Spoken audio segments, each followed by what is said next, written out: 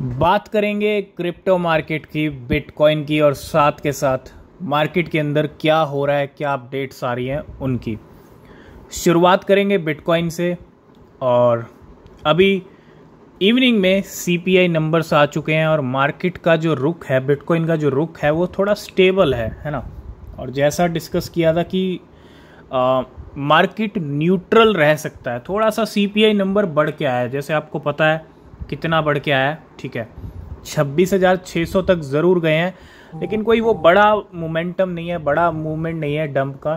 थोड़ा सा बढ़ के आया, जो पिछली बार भी 3.7% आया था 3.6% से, और इस बार भी 3.7% आया। तो मार्केट का रिएक्शन अभी जो है एक तरह से न्यूट्रल कहेंगे हम, कोई बड़ा यहाँ पे डंप मार्केट के अंदर देखने को नहीं मिला। लेकिन कल इंपॉर्टेंट डे हो सकता है, क्योंकि जिस दिन सीपीआई नंबर, एफओएमसी के डिसीजन आते हैं ना, मार्केट करता क्या है, नंबर के हिसाब से अपने को खुद को उन्हीं लेवल्स पे टिका के रखता है, यानी न्यूट्रल रहने की कोशिश करता है। क्योंकि बहुत सारी ट्रेड्स लग जाती हैं, ठीक है, कि ऐसे नंबर आते हैं तो ट्रेड्स लगती हैं प्रॉफिट बनाने के लिए।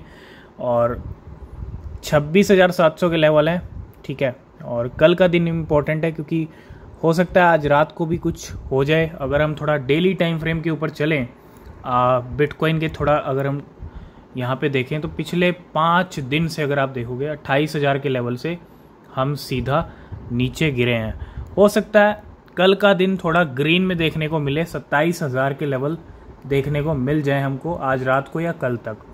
ये कैंडल कहीं ना कहीं थोड़ा सा हमको न्यूट्रल में क्लोजिंग दे सकती है, या थोड़ा सा ग्रीन में क्लोजिंग दे सकती है।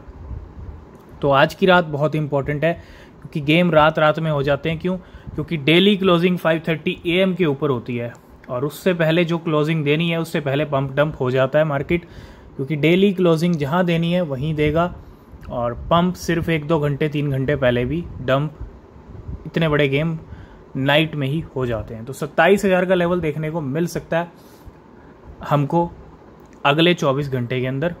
तो सबसे पहले बात करेंगे नए क्रिप्टो के बारे में। कोई भी फाइनेंशियल एडवाइस नहीं है, ठीक है। कल हमने डिस्कस किया था, बहुत सारी एक्सचेंजेस पे आया है। कॉइनबेस की बात कर लूँ, crypto.com की बात कर लूँ, है ना, Gate.io, मैक्सी ग्लोबल, और अच्छा प्राइस सर्ज हुआ है कल से लेके अब तक। प्राइस में मूवमेंट है। अगर आप ये 6 आवर का टाइम फ्रेम है, आप देखो हर 6 घंटे के अंदर मूवमेंट, ग्रीन कैंडल्स यहाँ पे बनती हुई दिख रही हैं। और प्राइस इसका है 22 रुपीज़ पे, 0.26 से 26 के ऊपर। और कहाँ तक लो लेवल चला गया था? 0.049 तक। इन लो लेवल से उठ के कॉइन यहाँ तक आया है, ठीक है। अभी ज़्यादा टाइम नहीं हुआ है, कल ही आया है, कल परसों, क्योंकि और नया कॉइन है तो थोड़ा सा हमको एक आधी रेड कैंडल भी देखने को मिल सकती है, ठीक है। थोड़ा सा वेट करेंगे, और अच्छी मूवमेंट, अच्छी स्टार्टिंग बिग टाइम की यहाँ पे देखने को मिल रही है। नेक्स्ट अपडेट आ रही है बिटफिनेक्स एक्सचेंज की तरफ से। Bitfinex introduce zero free trading for Latin America. तो बिटफिनेक्स ने यहाँ पे इंट्रोड्यूस किया है जीरो फ्री ट्रेडिंग, किसके लिए? लैटिन अमेरिका के अंदर, है ना।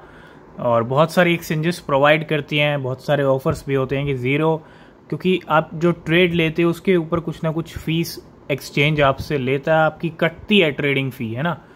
तो ऐसे में बिटफिनेक्स ने zero fee trading for market taker on peer to peer P2P platform in Argentina, Colombia and Venezuela. तो ये बड़ा एक स्टेप बिटफिनेक्स एक्सचेंज की तरफ से। कल हमने डिस्कस किया था कि वेल्स ने फिर से 4.6 ट्रिलियन शिबा इनू खरीदे थे, ठीक है। और इससे कुछ दिन पहले 4.5 खरीदे थे। अब कितने हो गए ये टोटल अगर आप देखेंगे, और कुछ 800-900 बिलियन का भी हुआ था, बिटकॉइन वेल ने ट्रांजैक्शन किया था। तो अगर आप देखेंगे यहाँ पे पिछले 8-10 दिन के अंदर 10 ट्रिलियन शिबा इनू खरीद चुकी हैं। ये 3 वेल्स के मूवमेंट जो भी हुए हैं, ये जो 3 ट्रांजेक्शन्स का भी अगर मैं टोटल करूँ, 10 ट्रिलियन शिबा इनू यहाँ पे बाय किया। और कल जो बाइंग हुई है वो वेल की $31 मिलियन वर्थ ऑफ शिबा, है ना, बहुत बड़े नंबर है। और 6 के लेवल पे चल रहा है शिबा इनू, 0 पॉइंट अगर हम देखें 5 टाइम 0 6 के लेवल चल रहे हैं। और ऐसे में इस लेवल के ऊपर, इस डिप के ऊपर बहुत सारी स्मार्ट वेल अपनी इन्वेस्टमेंट कर रही हैं, और फिर से 4 trillion total 10 trillion Shiba Inu खरीद लिया है पिछले 8-10 दिन के अंदर। नेक्स्ट अपडेट है बिटकॉइन के मूवमेंट को लेके। 2807 बिटकॉइन मूव किए गए हैं अननोन वॉलेट से कॉइन बेस के ऊपर, और कितने गए हैं? $74 मिलियन के। अभी ये मूवमेंट हुआ है बिटकॉइन का। नेक्स्ट अपडेट आ रही है एलडीओ को लेके, लिडो डाओ को लेके। Another fresh wallet withdrew 1.8 million LDO, $2.8 million के हैं फ्रॉम बाइनेंस 1 आवर अगो। मतलब एक फ्रेश वॉलेट ने यहाँ पे 1.8 मिलियन, बहुत बड़ा नंबर है जो एलडीओ का विड्रॉ किया है, और ये वैल्यू है जाती है तकरीबन $3 मिलियन के करीब। तो अच्छा खासा यहाँ पे मूवमेंट हुआ है लिडो डाओ को लेके। नेक्स्ट अपडेट है बिटकॉइन को लेके। Analyst suggest the Fed could push bitcoin to $20,000। Fed यानी एफओएमसी बिटकॉइन को कहाँ लेके जा सकता है? बिल्कुल सीपीआई एफओएमसी यहाँ पे ये सब कर तो सकते हैं, लेकिन कैसे करेंगे? उसको करने के लिए ना कुछ मार्केट का सिनेरियो ऐसा बनाना पड़ेगा, सिनेरियो के मार्केट को चेंज कर, मतलब मार्केट के सिनेरियो को चेंज करना पड़ेगा, सेंटीमेंट को चेंज करना पड़ेगा, और वो एकदम से तभी चेंज होंगे जब एक अच्छा स्पाइक हमको सीपीआई में देखने को मिलेगा, और उसके बाद इंटरेस्ट रेट भी हाइक होंगे, है ना। मतलब एक ऐसा महीना जो इंटरेस्ट रेट भी बढ़ता हुआ दिखेगा और सीपीआई नंबर भी बढ़ता हुआ आएगा अच्छा खासा, है ना। तभी एक ऐसा डंप लग सकता है, और लगने के चांसेस हैं, लेकिन उससे पहले बिटकॉइन 35-40 पे जाएगा या फिर डंप करके 35-40 पे जाएगा, यही देखना ज़रूरी है। क्योंकि इस बार का तो सीपीआई आ गया जो 3.7% आया, फिर से ज़्यादा कोई बढ़ के नहीं आया। अब अगले महीने के सीपीआई पे नज़र रहेगी, है ना, और थोड़ा सा यहाँ पे अलर्ट रहिएगा। अक्टूबर मंथ बहुत इंपॉर्टेंट मंथ है। मार्केट के ये जो ड्रामे पहले चल रहे हैं ना, पहले अक्टूबर की स्टार्टिंग में, ये सिर्फ एक ड्रामे कह सकते हैं। जैसे जैसे अक्टूबर का एंड आएगा वैसे वैसे मार्केट में आपको असली रंग मार्केट का देखने को मिलेगा कि अक्टूबर कैसा होना चाहिए, कैसा हो सकता है। तो अभी मार्केट के इन ड्रामों के ऊपर नहीं जाएंगे, ठीक है, क्योंकि सब गेम एंड पे होते हैं और एंड तक थोड़ा वेट करना पड़ेगा। नेक्स्ट अपडेट है बाइनेंस लैब की तरफ से। बाइनेंस लैब के इन्वेस्टमेंट होते रहते हैं बहुत सारे प्रोजेक्ट के अंदर। वो पिछले कुछ टाइम में रेडियंट और गेमफाई, बहुत सारे प्रोजेक्ट ऐसे हैं जिनके अंदर इन्वेस्ट किया है। और अब जो इन्वेस्टमेंट हुआ है, Binance lab has invested in